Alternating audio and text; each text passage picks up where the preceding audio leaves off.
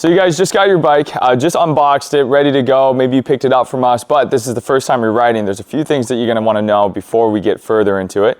Now, one thing I wanna really address here quick is, and I'm sure you already know, but e-bikes are essentially just standard bicycles with extra assistance. You can use them just as a standard bike if you wanted to, and you're not forced to use the battery or the motor. So on the front of the handlebars, you see that there's gonna be a few different items here. Of course, you still get your brakes, you got your gear shifter, as this is a 7-speed bike, and we'll go through that as well. But then you notice you have a display, a little control panel here, and a thumb throttle. And so if the battery's all plugged in and ready to go, you can come over to these 3 buttons here, and you see that you have a power button, a plus button, and a minus button. To turn the bike on, you're gonna hold and press the power button for 2 seconds. That's gonna go ahead and illuminate the display here. You have an odometer, your battery, your PAS, which stands for pedal assist, which we'll go through in a second, and then your odometer as well. Similar to any car, if you wanted to go through like your trips and your mileage, you can come back to your small control here and just tap the power button here. Don't hold, but just tap. And that is gonna show trips, your voltage from your battery. You can ignore this part of the display because we don't program anything for this. You do notice that the PAS stands for number 1, and next to it shows eco mode. Now, if you want to control the level of the pedal assist, that's where you come back to the little control panel we have with the plus and the minus button. And if you press up on the plus, it's going to turn it to a higher level. If you press down on the minus, it's going to turn it down a level. And each level you go higher is going to be a higher setting for your assist. Essentially, the best way I could describe it is it's like a treadmill. And so the higher the setting on the PAS, the faster the bike is going to help assist you at higher speeds. Now, most of our riders are going to sit normally around 2 or 3. We found that this is just enough assistance to still allow for the genuinity of the bike ride, but also to give you guys a little extra assistance on those longer hills, longer rides, and anything that you might need. Now let's say that you guys were on a really steep hill or you were tired of pedaling. Now that's where the thumb throttle on the right hand side of the handlebars really comes into play. You have to be on any level of pedal assist, level 1 through 5, to activate the battery and the motor. But if you're on any level, you can hold down the thumb throttle, and this is going to bring the bike all the way up to 20 miles per hour without you needing to pedal. So I can pull off the bike here and pull up the rear tire just to show you. So I'm just going to go ahead and press down on the thumb throttle. You'll notice that the bike is starting to speed up in the rear, and this will hold at a very solid 20 miles per hour until you either let go of the thumb throttle or you engage a brake.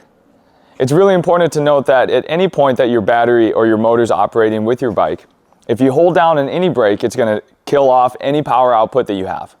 One of the things that we get a lot of questions on is we see a little, almost like an error symbol pop up. But don't be alarmed, this isn't for anything that's going wrong. Essentially, this is an indicator that your brakes are engaging. So if you show here, right, nothing's showing, but once I engage any brake, this indicator is gonna start popping up. And essentially, this is just to let you know that you're engaging a brake in some format. Now, some of you guys might have noticed already that we do have headlights and tail lights on this bike. And so to activate those, all you're gonna wanna do is come back to this button control panel. So you'll wanna hold the plus button for 3 seconds, similar to how we turn on the bike. And that's gonna activate the headlights, as you can see here.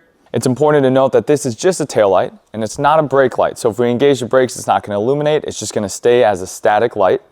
But this is really good for visibility's sake, safety reasons. We do have reflectors along that can also support that as well. And one last feature here with the electric components of the bike is we understand that there are times when you get up to a really, really tall hill and sometimes you're pedaling and the assistance just isn't enough. So we have this thing called hill assist.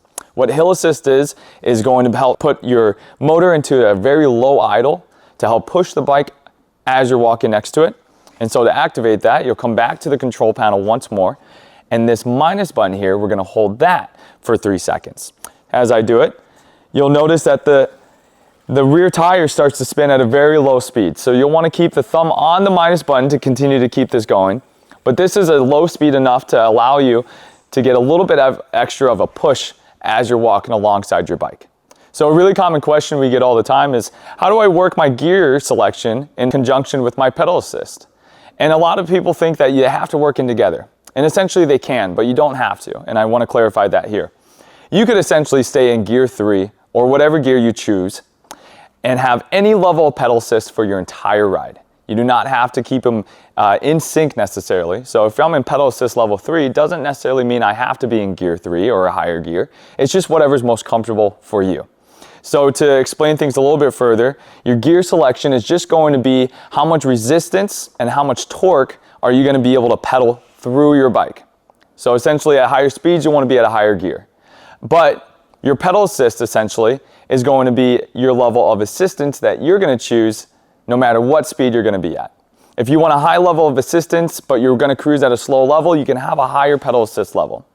But if you're going to be traveling at speeds, say 15, 20 miles per hour, and you don't want a lot of assistance, then you can turn your pedal assist down. Essentially, you treat it like a normal bike first, and then you add the assistance in later.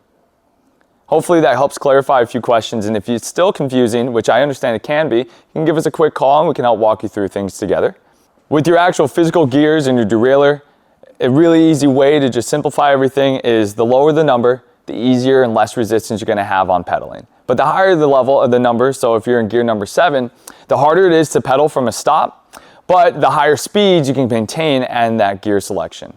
The last really big point that I always really want to be clear and make for every new customer that has a new e-bike here is when you first start off your rides, for the first few months or weeks or however long it takes you to get acclimated, start your bike on level 0.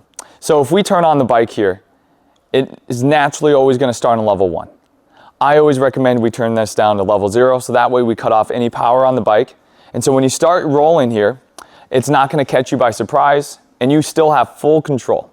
That way, once you're riding and you get comfortable and acclimated with the bike, that's when you can turn on your pedal assist and start riding from there. But I always found that it's a lot easier and it's a better transition to start on level 0, start pedaling, and then you can turn into a level 1. And this is really only for the new customers and people who aren't necessarily 100% familiar with these bikes. If you've been riding these bikes for years, then I promise you, you don't need to do this at all. Okay, I think that's about it. That's about everything I think we want to cover. Did you want to talk about cycling the battery or charging the battery, or do that in a separate video? No, and honestly, there's a lot of mixed information on that. On like cycling. What I've been telling customers for carts is the cycling is no longer a thing in these lithium batteries. They don't need to get cycled or anything. I always tell them like what's most important is you keep them charged. I was, I tell them all the time, like you can keep them on a charger. It's like you want to keep it on a charger year round, without checking on it. But like if it's off for 2 weeks, you can keep it on a charger, but like you don't want to let it die. Right. So that's what I've been telling them. And that's what I tell the bike people, just don't let it die. So hopefully with these tips, your first few rides are going to be a lot easier to move through. And if you still do have questions or concerns, you can most certainly give us a call. We'd be more than happy to help out with anything that we might have.